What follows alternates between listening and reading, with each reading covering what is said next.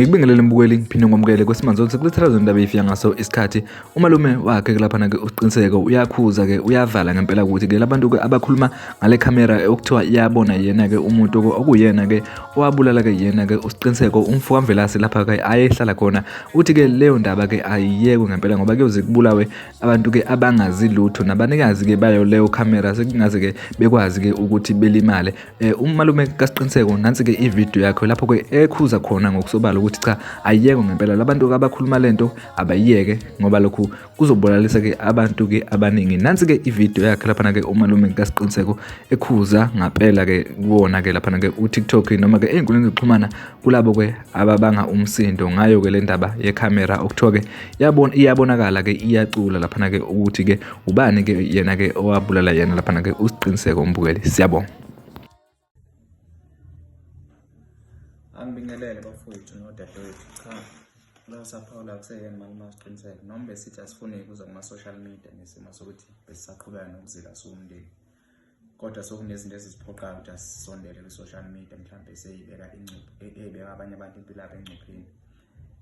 Ngifuna ukuphala ngodaba lelo lokuvela kuma social media lokuthi kune camera ecula yabona abezibhuku cha akulona iqiniso lelo ukuthi abasola sebeboshiwa kulona iqiniso lelo. Ngicela konke lokho sikuyekele emaphoyiseni aqhubeke asithandi ukuthi lezo inkulumo mhlawumbe zicishe ziziphazamisa ukuphela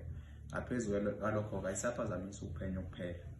so khona nabanye eseyibeka impilo yabo engcupheni ngoba mawuzothi icamera iyacula lo camera shothi kunomuntu oyibhekile sho lo muntu lo muzi lo abasakwazi ukulala sebethola nokusatshiswa ngayo le camera ukuthi iyacula. Siyacela ukuthi bantu bakithi sizama ukwehlisa lezo zinto ezinjalo singagcina silimaza abantu abaningi ngendlela engeyona right. Mase ngiphinda ngibuya lolu daba lukamakoti style noba Mashimane mhlawumbe data sisiphawuli ngoba lithinta thina le kukhulunywa ngathi futhi kulona baMashimane nevideo ephuthuka izolo. Ngicabanga ukuthi baMashimane afuna ngihlonipha kakhulu kodwa ngiyabona la ngathi mhlawumbe kukhona la ene misunderstanding khona nomakoti style. Ngiyacela ukuthi nje abantu abadala ngiyakholelwa ngibadala mina fanele nisondelane mhlawumbe nikhulume lolu daba nikhulume ngasese hayi mhlawumbe la inkundleni zokuxhumana. Into edala ngisho njalo angikwazi mina ukuthi umakoti style ngangambonga into ewasenzela yona umakoti style into ewasenzela yona siyabonga kakhulu somndeni asiqiniseko namanje futhi sisakholelwa umakoti style ukuthi akukho la scam ekhona ngoba wazi wanikela nangaye wadela izinto zakhe wazwafika kuthina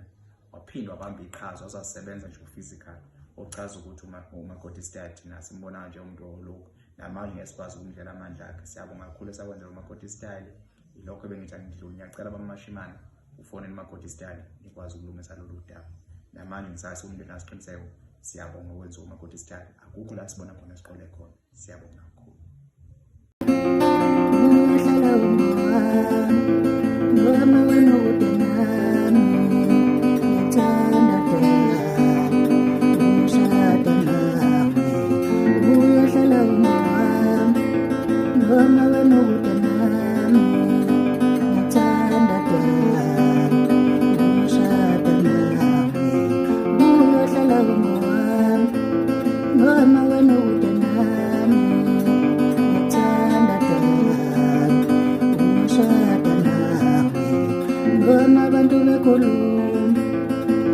Bekhuluma kabi ngami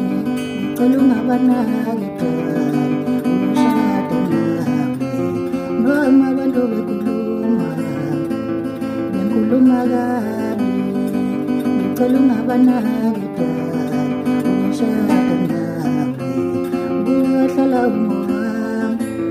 noma wena